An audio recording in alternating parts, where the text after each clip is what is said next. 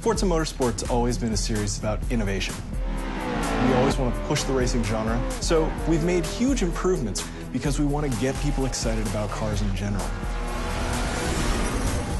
The Alps is the ultimate driving road because it's set in a beautiful location and the ribbon has been hand-tuned over months of testing to make sure that it's just the right balance of speed, challenge, fun, in a wide variety of cars for a wide variety of players. Because we're a virtual game, nobody's going to get hurt. Since we're not concerned about driver safety, we can go to these epic places like the Bernese Alps and build basically the world's best driving roads, and we have total creative freedom. We actually looked at 15, 30 different locales, and the Alps is just the most epic.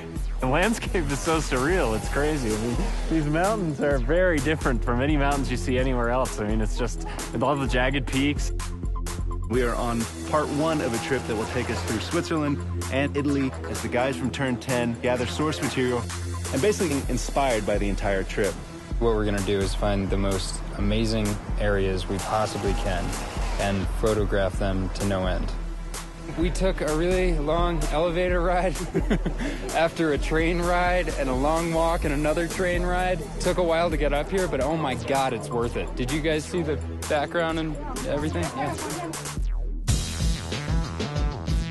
So right now we're at the Grindelwald region of Switzerland, and we're taking reference photos. We mount a camera to a tripod on a panorama head. The panorama head enables us to take pictures in different increments and multiple exposures. We stitch them all together and then we get an HDR. An HDR is high dynamic range image. Each frame that we do it at multiple exposures. So when you stitch it all together later, you can slide through all the different exposures. So you can go from a very dark scene with a little pinpoint where the sun is all the way up to a very exposed image. And that way it gives us the full range to play with when we go to make our sky domes later. We have a pretty long production cycle, so it'll probably be about a year of full production once we get home.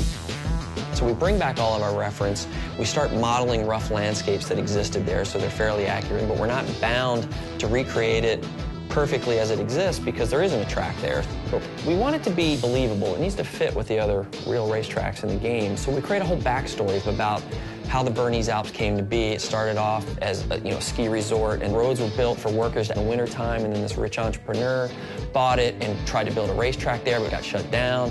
So by creating this rich backstory, everything is there for a reason. It's believable.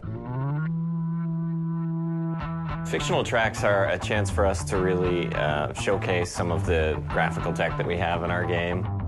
We've redone our lighting engine, and this track in particular, with its very bright snow and blooming, really shows off what our graphics engine can do. The television can only represent basically one order of magnitude of brightness, from 0 to 255, black to white, whereas the human eye in the real world can see, I think, 7 orders of magnitude of brightness, and in the real world there exists far beyond that. The sun is infinitely brighter than a white piece of paper, but on a television screen they look the same. Well, we found a way to basically reverse engineer that at full HD resolution on the Xbox 360. So what we do is we captured high dynamic range images of the world, and that gets baked back into the lighting and the reflections on the car, which means the sun is order of magnitudes brighter than a white piece of paper and is brighter than gray asphalt, which basically makes the cars look really grounded in the environment. We've traveled thousands of miles, we worked thousands of hours, and here it is, the Bernese Alps track in Forza 4.